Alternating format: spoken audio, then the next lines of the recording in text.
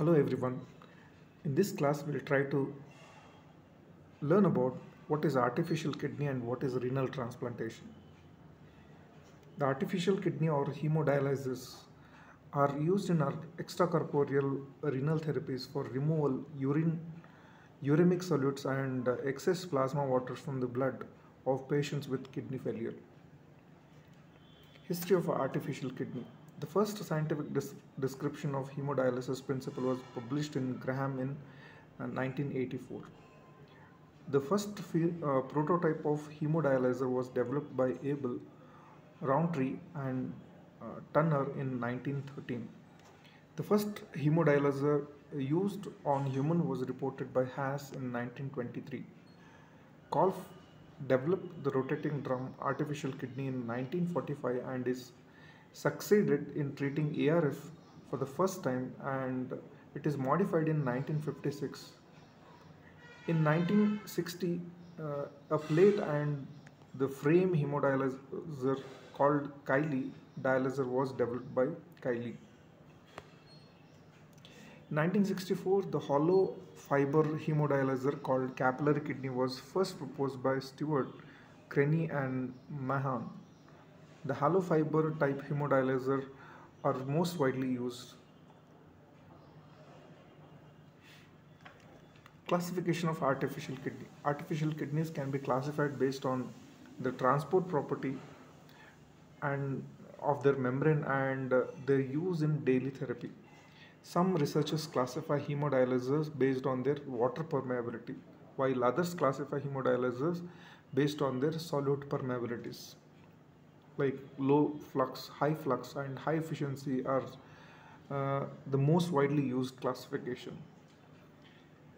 In most general sense, low flow hemodialyzers that remove small solute, high flux hemodialyzers that remove middle molecule and the low molecular weight protein, and high efficiency with hemodialyzers that either require short dialysis treatment time or have a large membrane area. According to the Center for Disease Control and Prevention, high flux hemodialysers have an ultrafiltration coefficient per unit membrane are equal to or greater than 20 ml per hour per mmHg per meter square.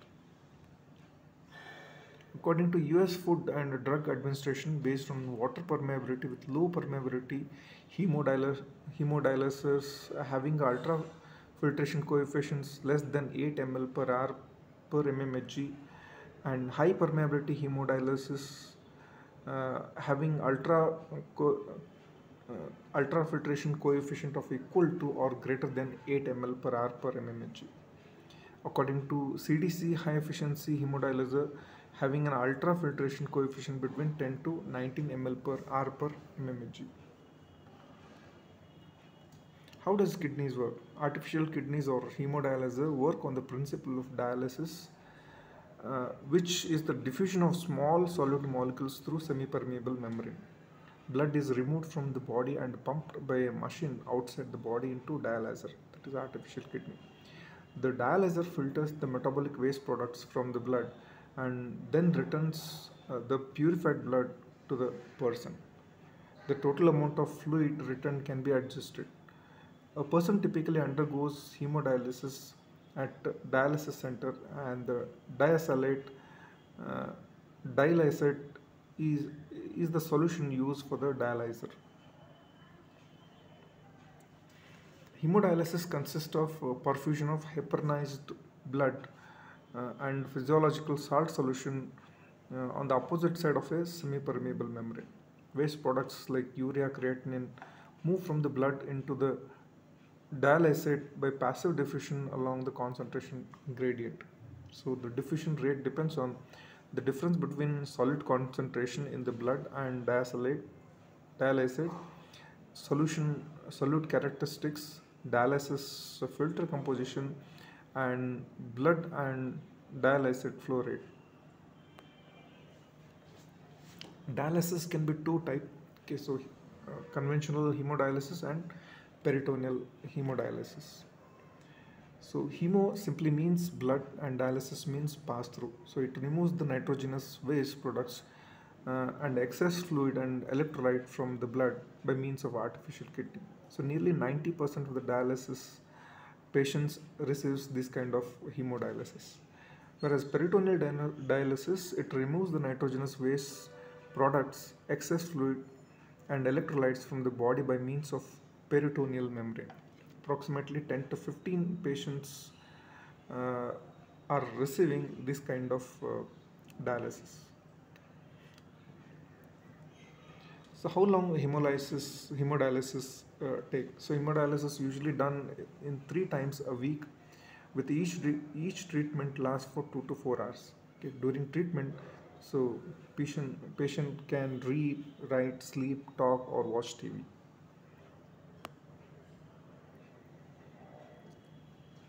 So this is how the hemodialysis occurs. The blood from the patient is circulated through synthetic extracorporeal membrane and returned to the patient. The opposite side of the membrane is washed with an electrolyte solution, that is dialysate, containing the normal constituents of plasma water. Okay, so this is how the arterial blood is pumped into the dialysis machine using the blood pump. Okay, so that again the exchanged blood, again goes back to uh, the venous channel. Okay, so here the compressed oxygen, air and carbon dioxide is passed through the fresh dialysate. Okay, so which is going to pump uh, the this solution runs exactly opposite to the flow of the blood. Okay, so then used dialysate going to be stored in another bottle.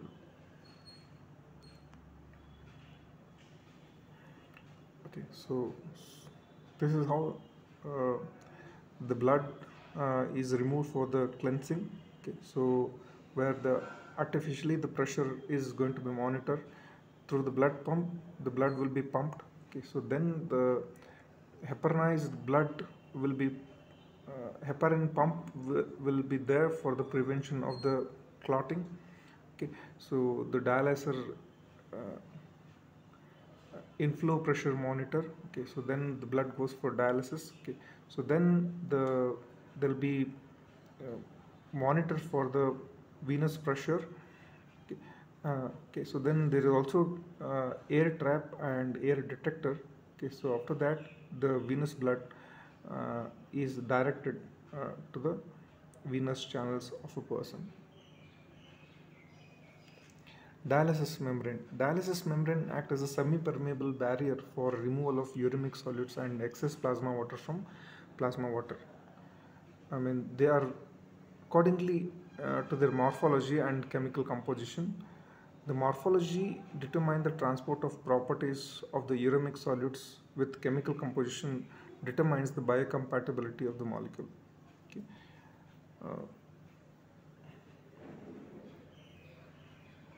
So, ossification of the dialysis membrane. Dialysis membrane can be classified into three based on their polymerization, composition, and preparation process. One is regenerated cellulosic membrane, modified cellulosic membrane, and synthetic membrane. Okay. So this is the cellular and this is the synthetic membrane. Peritoneal dialysis. Peritoneal membrane serves as a semi-permeable membrane for the dialysis. It involves repeated cycles of instilling dialyzing solution into peritoneal cavity through a catheter in it. Okay, so the solution bag is going to be pushed into the peritoneum. Okay, so where there can be exchange of the substance takes place in the peritoneal membrane. Okay, so some of the solutes get reabsorbed back into the dialysate. Okay, so because of the higher concentration. Okay, so that can be drained through the another bag. Okay. So there are two types of peritoneal dialysis. CAPD, which stands for continuous ambulatory peritoneal dialysis, happens throughout the day at home or at work while the person goes about his or her daily life. Okay, so between 1.5 to 3 liters of fluid is run each time for 4 times a day, exchanging for the fluid from the previous exchange. Patient doesn't need a machine for a CAPD. All she needs is a gravity to fill and empty the abdomen. So this is automated peritoneal dialysis, in which the diacylate solution is changed by machine at night while the patient is in sleep. Patient is asleep. The patient, the machine will exchange 8 to 12 liters over 8 to 10 hours. Okay, so indication for hemodialysis: the fluid overload not responding to diuretics, uremic convulsions, persistent dyspnea, or omitting, restlessness, signs of pericarditis or pericardial effusion, biochemical uh, like acute renal failure and chronic renal failure. So peritoneal dialysis indication are same as that of hemodialysis. When hemodialysis is not possible due to lack of vascular access, when as in case of small children, or hypotension or unstable cardiovascular and respiratory status. Okay, so peritoneal dialysis is preferred over hemodialysis. Patient willingness, motivation, and ability to perform dialysis at home.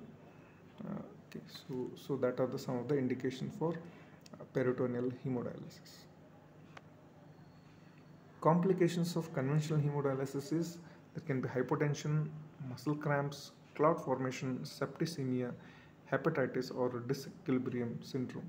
Whereas in peritoneal dialysis, some of the complication may be the exit site infection, peritonitis, abdomen pain, hernia, low back pain, protein loss, atelectasis, and pneumonia. Coming to kidney transplantation, the kidney transplant or renal transplant is the organ transplant of a kidney into patient with end stage renal disease. Classification of renal transplant can be, by the deceased donor or living donor. Again, in living donor, they can be genetically related donor or unrelated. Indication for kidney transplant: end stage renal disease where GFR is less than 15 ml per minute. Malignance of the renal tissue, hypertension or diabetes affecting the renal parenchyma, genetic disease like polycystic kidney, metabolic disorders, autoimmune conditions like lupus and Goodpasture syndrome, and chronic renal failure. Contraindications are cardiac and pulmonary insufficiency, hepatic diseases, concurrent tobacco use, and morbid obesity puts the patient at risk for surgery. And substance abuse, HIV infection, these are some of the contraindications. Living donors: evaluate the donors on physical, medical, and psychological grounds. Assure the patient that there will be no long-term harm to the donor. Okay. So in some cases, male living donor may develop hydrocele on the side of the scrotum, the side of nephrectomy. Living donor procedure are mostly laparoscopic and hence less painful and less scarring and faster recovery. Deceased donors, they can be brain dead donors or donation after the cardiac death. Brain dead or beating heart donors are considered dead, but the pumping heart continues to perfuse the organs. Donation after cardiac death are the elective donation of organ by patient himself or relatives to withdraw the life support as they have slim chances of survival. Compatibility: the patient has to be ABO compatible. Okay. The recipient should share as many HLA antigens and minor antigens as possible. The immunosuppressant drugs are given to prevent antibody reaction, and perform antibody test on the potential recipient. These are some of the precautions that you should take. Post operation, 3 hours approximately, he should be carefully monitored. The donor kidney will be placed in the lower abdomen. Okay, so the arteries, veins uh, the recipient's body is connected to the new kidney. Final step is to connect the ureter to the new kidney. So new kidney starts functioning immediately.